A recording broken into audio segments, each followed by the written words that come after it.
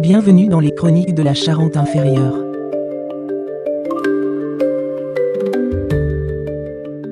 Aujourd'hui, on va faire un petit voyage dans le temps, plus précisément en 1911. L'administration française valide alors le budget d'un tout nouveau pont sur le fleuve Charente. Et avec une précision, assez bluffante. J'ai le chiffre sous les yeux, 341 477 francs et 99 centimes. C'est toujours les 99 centimes qui me fascinent dans ce genre de dossier. C'est ça. On sent la rigueur absolue, sur le papier en tout cas. L'ingénierie triomphante de l'époque qui prétend dompter la nature au centime près. Sauf que, à peine 3 ans plus tard, c'est le cauchemar. Ces fondations monumentales s'enfoncent dans une mer de boue. Les ouvriers fuient le chantier. C'est un désastre financier et technique. Et en fait, c'est tout le paradoxe des grandes infrastructures.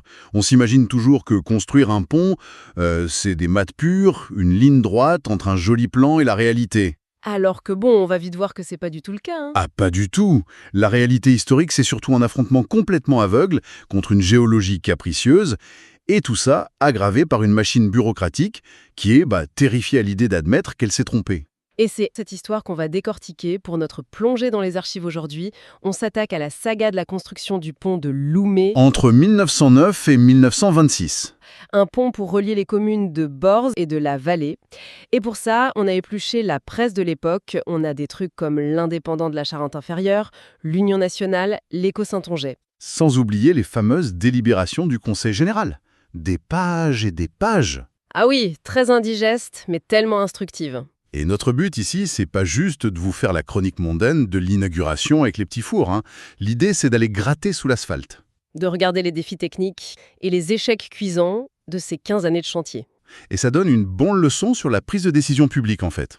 Parce que les problèmes qu'ils ont eus sur les rives de la Charente au début du XXe siècle, c'est exactement les mêmes mécanismes qui font dérailler les méga-projets aujourd'hui. L'administration contre la physique élémentaire. Alors, pour bien comprendre l'urgence de ce projet au départ, en 1909, faut qu'on regarde un peu ce qu'il y avait avant ce pont. Et il n'y avait pas grand-chose. Il y avait un bac, juste une simple barque pour traverser la Charente.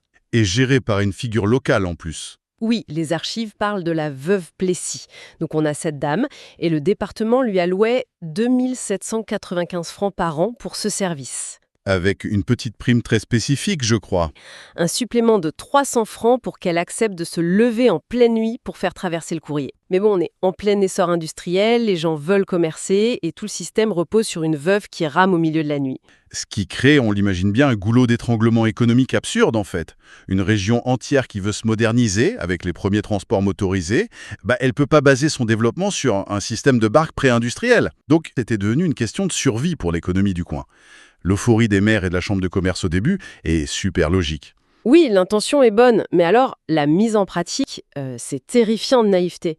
On en revient à ce devis initial, on valide le tracé, on déclare ça d'utilité publique. Et il faut choisir l'entreprise. Et là, l'administration sélectionne un certain Jean Simon. Monsieur Simon, oui. Sauf que le petit souci, c'est que ce monsieur Simon, c'est un entrepreneur qui vient de Grasse, dans les Alpes-Maritimes. Dans le sud de la France, donc. Attendez. Ils choisissent un gars habitué au sud rocailleux et sec pour venir dompter la vase et les marécages de la Charente. Ils ont juste pris le moins cher sans regarder son CV géologique, c'est ça ?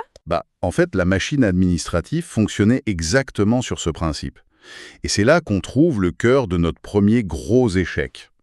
Les lois sur l'adjudication des marchés publics étaient pensées pour protéger l'argent de l'État.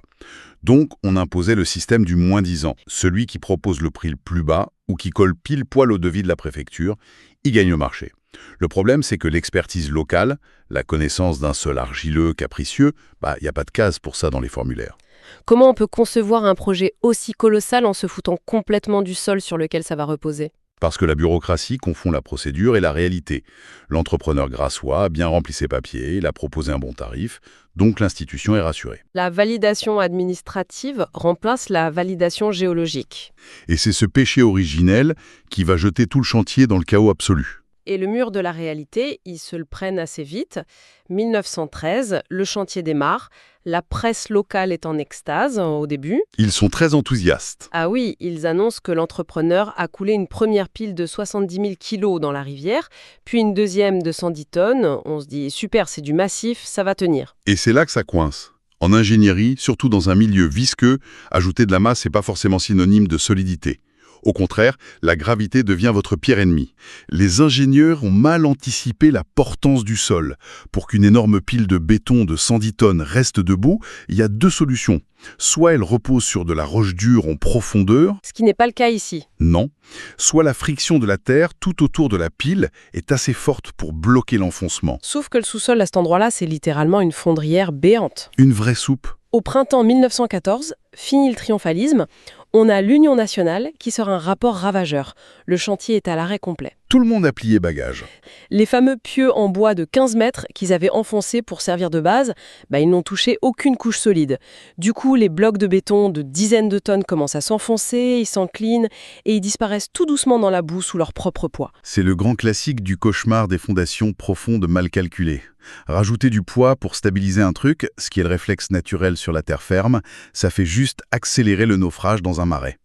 Et c'est là qu'on passe de l'incompétence technique au scandale. Parce que j'ai trouvé un détail dans la presse qui est juste ahurissant. À peine 500 mètres en amont de ce désastre boueux, il y avait un immense banc rocheux qui traversait la rivière à très faible profondeur. 500 mètres. Oui, et le service des ponts et chaussées, qui est quand même l'élite de l'époque, connaissait parfaitement l'existence de ce socle en pierre. Comment ils ont pu s'entêter à construire dans la vase alors que la roche dure était à 5 minutes à pied? Eh bien, ça s'explique par un biais psychologique très puissant, couplé à un problème légal. Le biais des coûts irrécupérables. Et c'est aggravé par la rigidité de la déclaration d'utilité publique. Changer l'emplacement du pont de juste 500 mètres, c'est pas juste bouger des plans. Il faut refaire toute la paperasse. C'est pire. Faut annuler les arrêtés préfectoraux, rembourser les expropriations déjà faites sur l'ancien tracé, relancer des mois d'enquête publique. Et le plus dur, c'est qu'il faut admettre publiquement devant les élus et les contribuables qu'on a fait une erreur monumentale. Donc, pour résumer, juste pour ne pas perdre la face et pour s'épargner de la paperasse, l'administration préfère regarder des centaines de milliers de francs couler dans un marécage. Voilà. L'inertie de l'institution est tellement forte qu'un haut fonctionnaire trouve ça moins risqué de s'acharner sur un projet voué à l'échec. Ils essayent de forcer la nature au lieu de tout stopper et de repartir de zéro. Et puis, la Première Guerre mondiale éclate en août 1914 et vient figer tout ce désastre. Le chantier est abandonné, c'est juste des ruines de travers. La guerre met tout en pause. Oui, mais pas la justice.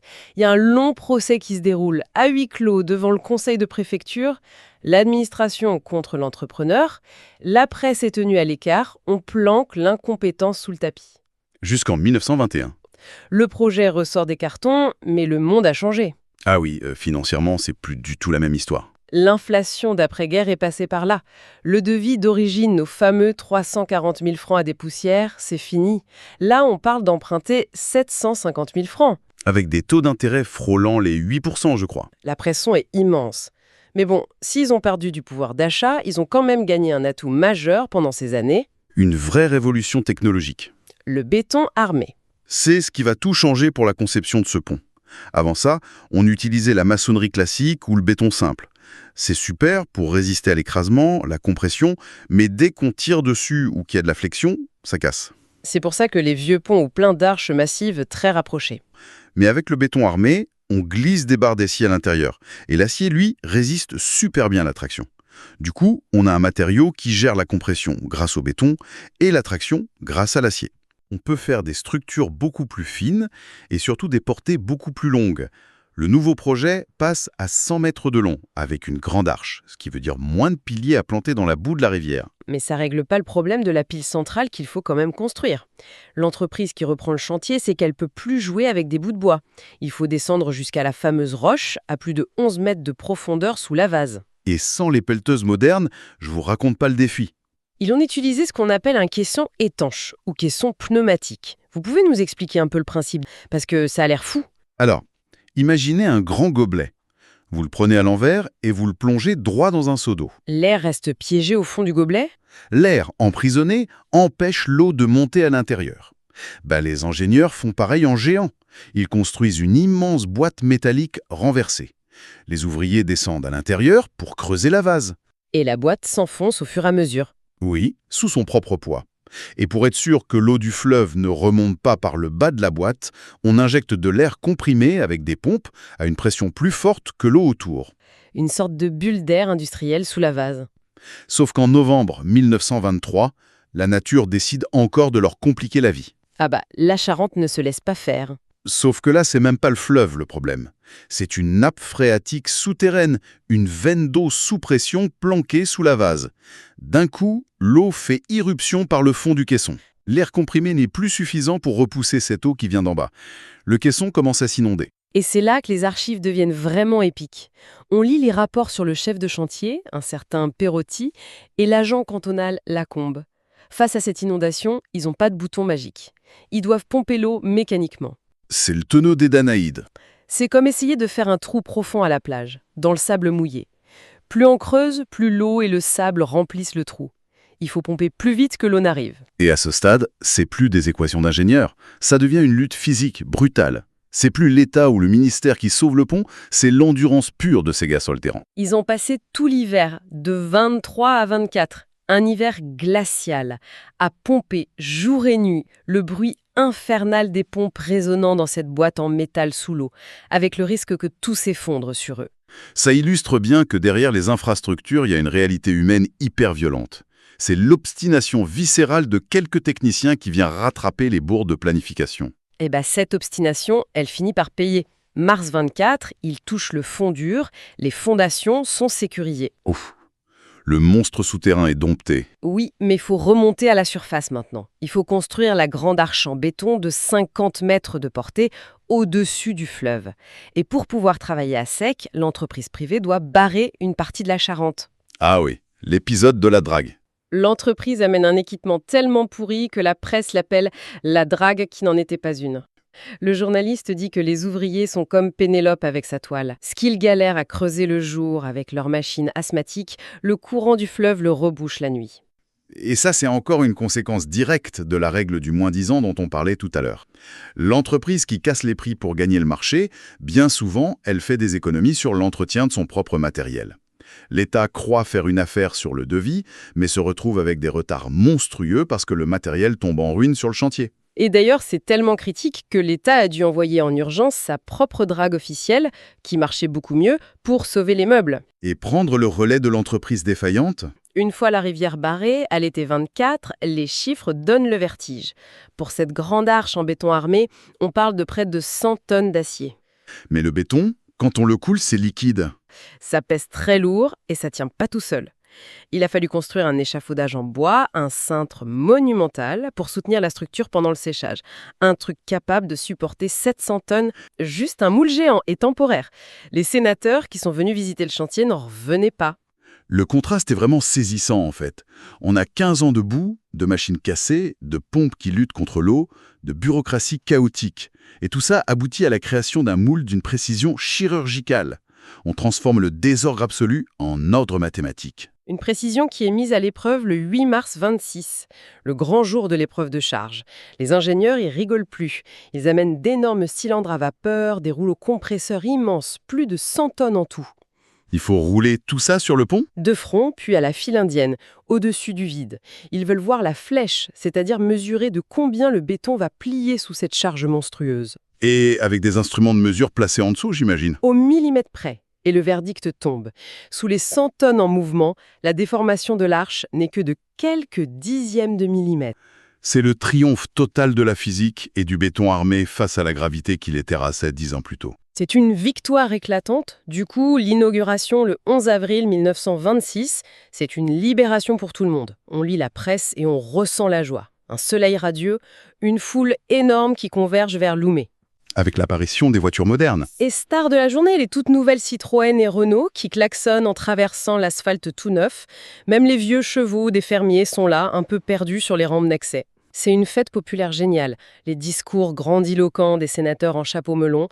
Et on a 3 jeunes filles du village, habillées l'une en bleu, l'autre en blanc et la dernière en rouge, qui amènent des fleurs aux officiels et reçoivent ce que le journal appelle très solennellement les baisers officiels. Tout est parfait, l'illusion de la maîtrise absolue.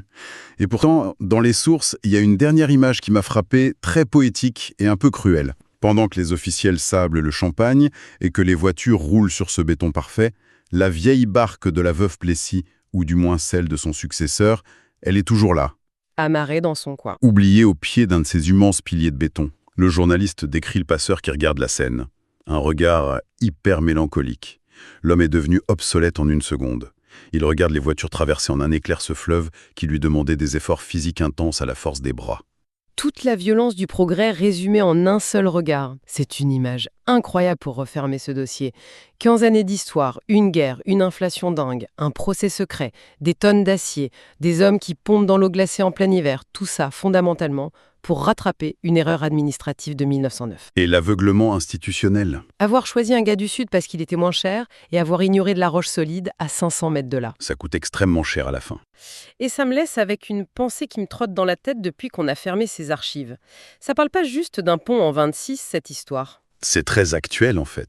On peut vraiment se demander, quand on roule tranquillement sur un grand viaduc à 130 km/h, combien de ces infrastructures incroyables qu'on utilise tous les jours sont nées des mêmes travers? Combien de ces belles dalles de béton bien lisses cachent en fait des erreurs de tracé colossales, étouffées sous les fameux coûts irrécupérables? Et combien de soi-disant victoires de l'ingénierie sont en réalité des sauvetages de dernière minute pour masquer la bourde d'un bureau obscur? L'histoire officielle, elle s'en fiche. Elle retient le ruban qu'on coupe et les dixièmes de millimètre de perfection. Elle s'empresse de couler du béton sur la vase et sur les erreurs de calcul. Mais en y repensant, la prochaine fois qu'on traversera un grand ouvrage d'art, on regardera peut-être la pureté de ces lignes en se demandant quel chaos souterrain inavouable a bien pu exiger tout ça. C'est le petit secret que nous souffle le pont de Loumet.